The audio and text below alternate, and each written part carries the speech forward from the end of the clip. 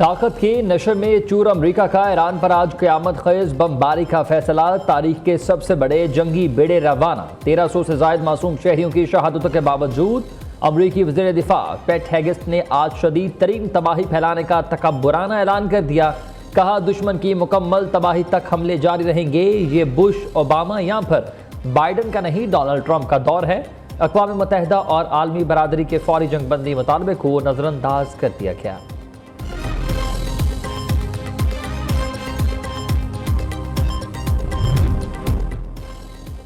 ایران کے غیر مشروط ہتھیار ڈالنے تک آپریشن جاری رہے گا۔ ترجمان وائٹ ہاؤس کے مطابق آپریشن ایپک فیوری میں ایران کے 50 بحری جہاز تباہ، زیر زمین میزائل سائٹ پر 2000 پاؤنڈ کے بم گرا دیے گئے۔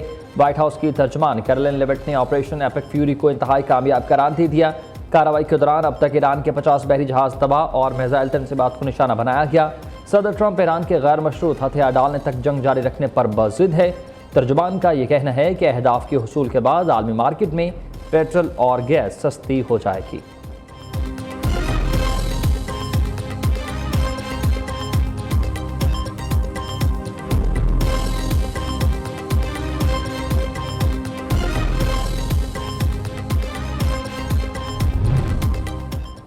ٹرمپ کا ایک اور یو ٹرن، مذاکرات کی خواہش اور حملے کا ملبہ ساتھیوں پر ڈال دیا۔ ٹرمپ نے کہا کہ ایران سے بات چیت ممکن ہے لیکن صرف امریکی شرائط پر۔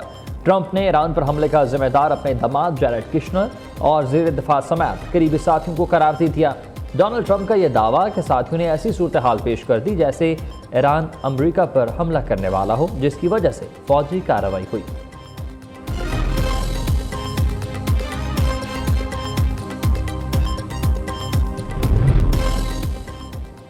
جب تک جارحیت رہے گی میزائل برستے رہیں گے، وزیر خارجہ عباس اراغچی کا دبنگ اعلان۔ کہا امریکہ سے مذاکرات اب ایجنڈے میں شامل نہیں۔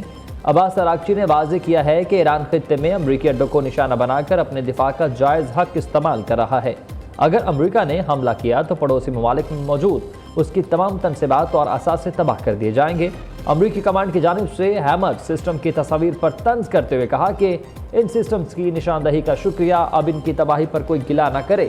ایران غیر قانونی جارحیت کے خلاف اپنی سرزمین اور وسائل کے تحفظ کے لیے آخری حد تک جائے گا۔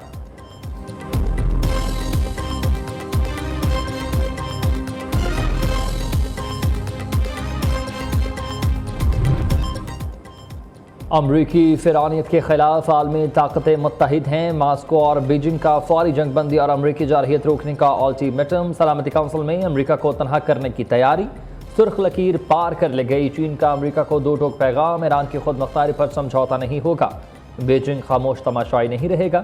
روس اور چین نے امریکہ کے خلاف مذمتی قرارداد پیش کر دی۔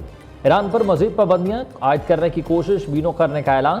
عالمی قوانین کی دھجیاں اڑانے پر روس کی جانب سے امریکہ کو سنگین نتائج کی دھمکی۔ تہران کی مکمل سفارتی اور عسکری حمایت کا اعادہ کیا۔ روسی وزیر خارجہ سرگئی لاروف نے ماسکو میں ہنگامی پریس کانفرنس کرتے ہوئے کہا کہ امریکہ نے بین الاقوامی قوانین کا جنازہ نکال دیا ہے اور ایران پر حملے ریاستی دہشت گردی کی بدترین مثال ہے۔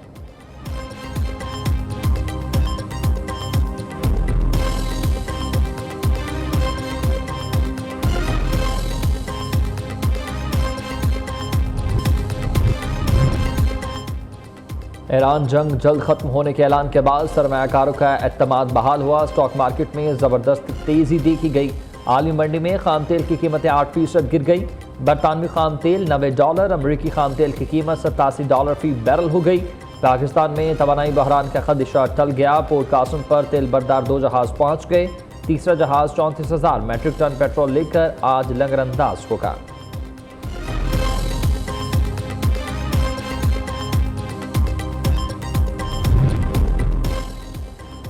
امریکی طاقت کا جنازہ نکل گیا۔ ایرانی قوم نے واشنگٹن کی وحشیانہ جارحیت کو شکست دی تھی۔ ایرانی مسلح افواج کے ترجمان جنرل ابوالفضل شکارچی نے کہا کہ دنیا کو معلوم ہو گیا ہے کہ مجرم امریکہ کی مغربی ایشیا میں موجودگی ہی تمام غیر یقینی صورتحال کا واحد سبب ہے۔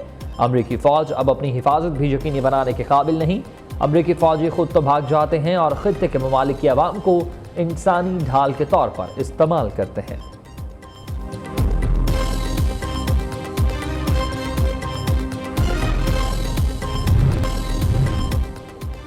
صدر وزیر اعظم کا ایرانی سپریم لیڈر مجتبی خامنائی کے لیے نیک تمناؤں کا اظہار۔ صدر آصف علی زرداری نے کہا کہ خطہ اس وقت شدید کشیدگی اور تنازعات کا سامنا کر رہا ہے، جلد خطے کے عوام کے لیے حالات بہتر ہوں گے۔ وزیر اعظم شہباز شریف کا سپریم لیڈر مجتبی خامنائی کو خط، کہا مشکل وقت میں ایرانی قیادت اور عوام کے ساتھ کھڑے ہیں۔ سپریم لیڈر کی اہم ذمہ داری سنبھالنے پر مجتبی خامنائی کو مبارکباد دی۔ آیت اللہ خامنائی کی شہادت پر تعزیت کا اظہار کیا۔ وزیر اعظم کا ایران کے ساتھ مل کر کام جاری رکھنے کے عزم کا اعادہ۔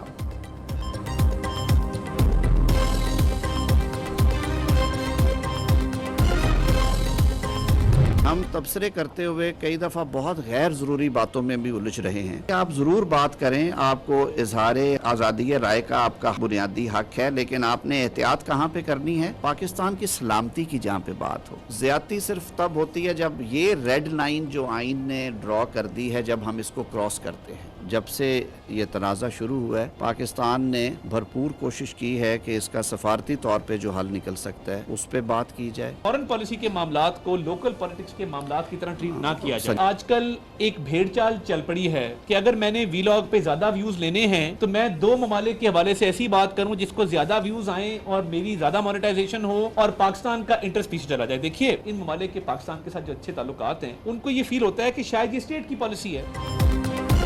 پاکستان کی خارجہ پالیسی سے متعلق بحث سے اجتناب کیا جائے، ریڈ لائن کراس ہوگی تو قانون حرکت میں آئے گا۔ آزادی اظہار رائے میں آئین پاکستان کو ملحوظ خاطر رکھنا چاہیے۔ کسی بھی شخص کی بات آئین اور سفارتی تعلقات پر اثر ڈال سکتی ہے۔ ایران پر بلا جواز حملوں کی سب سے پہلے پاکستان نے مذمت کی۔ پاکستان نے ایران تنازع کے حل کے لیے سفارتی کوششیں کی۔ وزیر قانون اعظم نذیر تارڑ کی پریس کانفرنس۔ وزیر اطلاعات عطا تارڑ نے کہا کہ خطے میں کشیدہ صورتحال ہمارے لیے چیلنج ہے۔ خارجہ پالیسی کو مقامی سیاست کی نظر نہ کریں۔ زیادہ ویوز لینے کے چکر میں بھیڑ چال چلی جا رہی ہے۔ مسلم ممالک سمجھتے ہیں کہ شاید یہ ریاست کی پالیسی ہے۔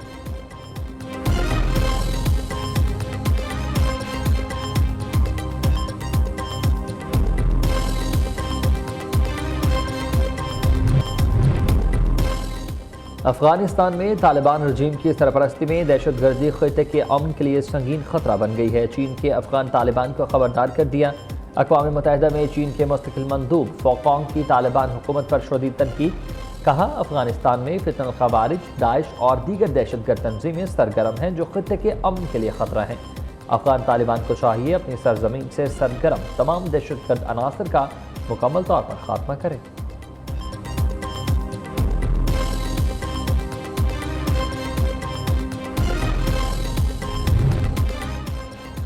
سندھ حکومت کی کفایت شعاری مہم، سرکاری گاڑیوں کے پیٹرول میں 50% کمی کا اعلان۔ سرکاری محکموں کی 60% گاڑیاں 2 ماہ کے لیے بند رہیں گی۔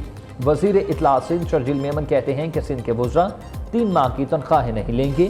غیر ملکی دوروں، نئی گاڑیوں اور اضافی سامان کی خریداری پر پابندی ہوگی۔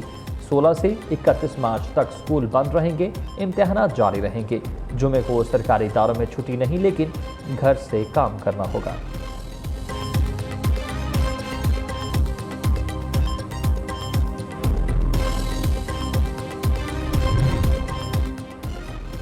حضرت علی ابن ابی طالب علیہ السلام کی یوم شہادت راولپنڈی میں روایتی ماتمی جلوس عزاخانہ مبارک بانو موہن پورہ سے برآمد ہوا۔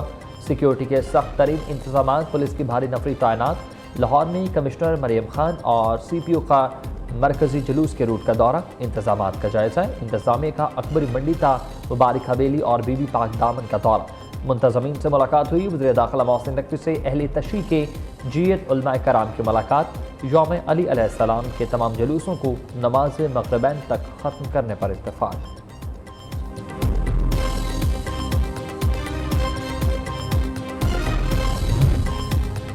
رمضان المبارک کا آخری عشرہ، ملک بھر میں مساجد کی رونقیں بڑھنے لگی ہیں۔ لاکھوں فرزندان اسلام اعتکاف بیٹھ گئے۔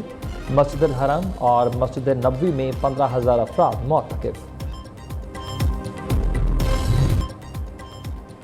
عید قریب آتے ہی بازاروں اور شاپنگ مالز میں گہما گہمی بڑھنے لگی ہے۔ کپڑوں، جوتوں اور چوڑیوں کے علاوہ میچنگ جیولری کی خریداری عروج پر۔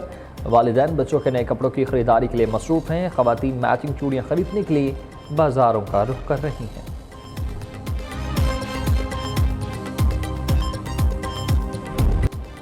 اور کون بنے گا کرت کا سلطان، منفرد اور ایمان افروز پروگرام کا چوتھا کوارٹر فائنل، پشاور کے قاری احمد عکاشہ 25.5 نمبر لے کر سیمی فائنل میں پہنچ گئے، لکی مربت قاری محمد شاہزیب خان 22 نمبر لے کر شکست کھا گئے۔ پروگرام کرت کا سلطان سیزن 3 میں ایمان افروز مقابلے ناظرین نیو نیوز کی افطار ٹرانسمیشن میں دیکھ سکتے ہیں۔